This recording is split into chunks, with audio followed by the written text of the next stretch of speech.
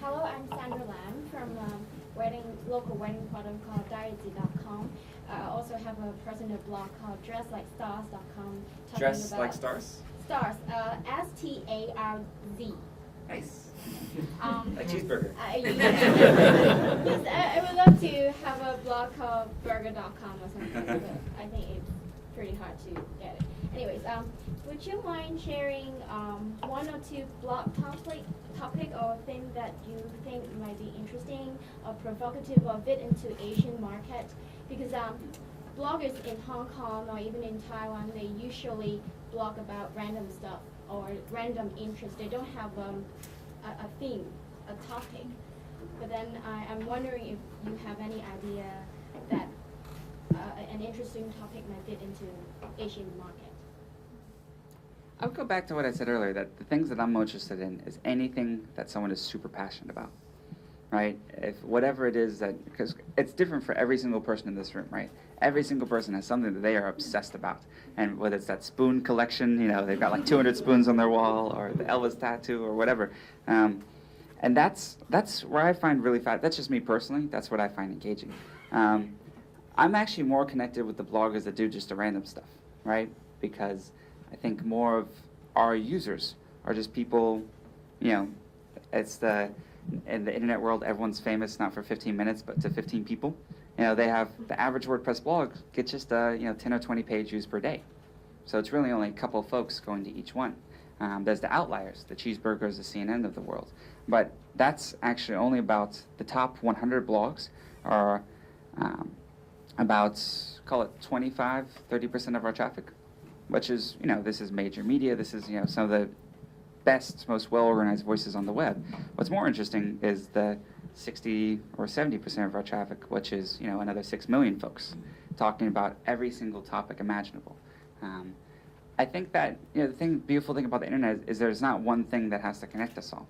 Whatever I'm interested in, I can find the 20 other folks interested in that as well, and their blogs and their social network and their Facebook group and everything. Also, I'm here to learn about Asia. I don't know if I could say anything really intelligent about what, you should be talking about here. How many WordPress blog users are there in Asia? Do you know that? No. No. We have at least a couple in the room, 5, 10.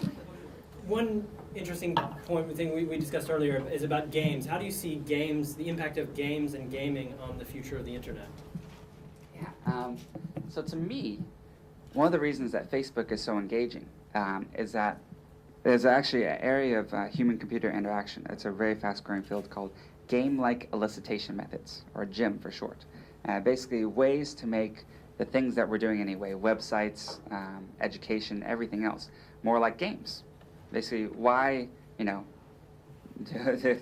your kids spend, as many hours as possible playing World of Warcraft or Nintendo or something like that?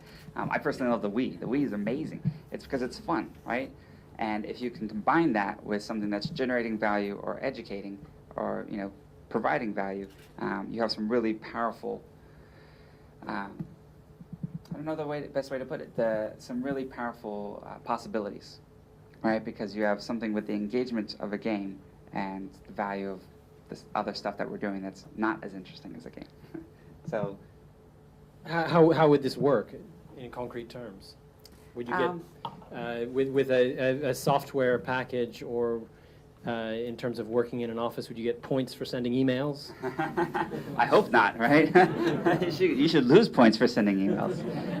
I've actually thought it would be interesting if one of the things that I hate meetings, and the reason that it really dawned on me, it might have been at a company I worked at, and you had 8 or 9 people in the room, each call it a salary of $100,000 each. There, you're spending, even if it's a 2-hour meeting, you're now spending 20 hours of the company's time. That's a lot of money. I would love for that to be an item. Whoever called the meeting should get that taken away from their budget. That would really sort of, I think, minimize the amount of times we sort of put people in a room for 2 hours. So how that might work in the business world is, well, for me, it's actually, Twitter is a good example, and P2 is a good example of how we're using it. What I'm trying to do, what I want is, because I'm traveling, because it's difficult for me to be online all the time, but I still manage all of our product developments and everything we're doing, and code and everything like that. So it was difficult for me to stay in touch with everyone. And I tried the thing where, email me your list of everything you're doing once a week, or, that all the traditional sort of agile development and management methods and everything. But it wasn't really, it worked. People did it, but it wasn't, they were just doing it because I asked them, not because they wanted to. So the experiment with P2 is where if we create a system where all that was public, and you could see how many posts everyone has, right? You can see all the conversations happening. And there's sort of a radical transparency inside our company. It's actually funny. I was just, when I was in town the other week, we actually have an HR person, which amazes me that this is a full-time job, but it's okay. I tell her that too. Is this being broadcast over the internet here? Well, that was sort of the conversation we had. And, one of the questions, I was like, well, obviously some of the HR stuff is totally private. Healthcare, salary, everything else is a one-to-one mechanism. But when people are asking to go to conferences or expense reimbursements, is that something we could just put on a blog? And so they could ask you to be reimbursed for something on the blog. And what would that mean? How would that change how people are charging things and doing their expenses? And will they approach it differently if they know everyone else in the company is going to see it? And that sort of radical transparency is kind of scary, right? So did you do it? Yeah, we're doing it. So everybody can see everybody's expenses. Oh, we're doing it. Not yet, but everyone else's expenses. No. That's Everyone else has to be transparent. That's the other part of it. It's like, how far do you take it? And it's scary to me too, because I definitely spend the most money of anyone in the company with the travel and everything like that. How is that going to work? But I'm willing to try it, and that's the same thing. I think internally to our business, you have to be as willing to experiment as we've learned we have to do with our products and our websites and everything else.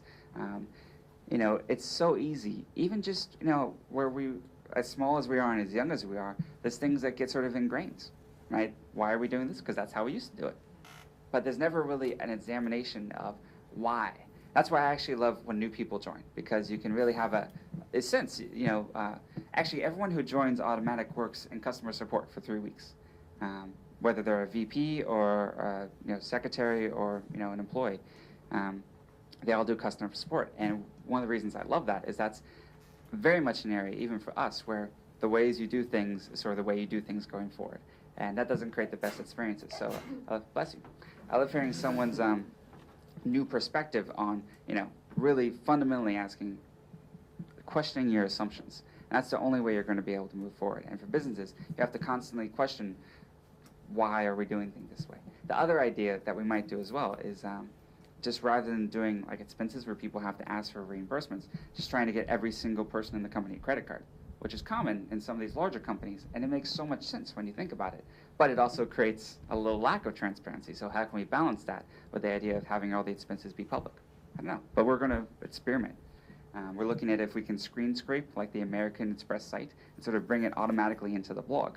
This is one developer working one day, right? It's not that much work for good people, but it'll be interesting to see sort of what impact it has. Tracy Wang, I have a blog, ChineseSoup.com.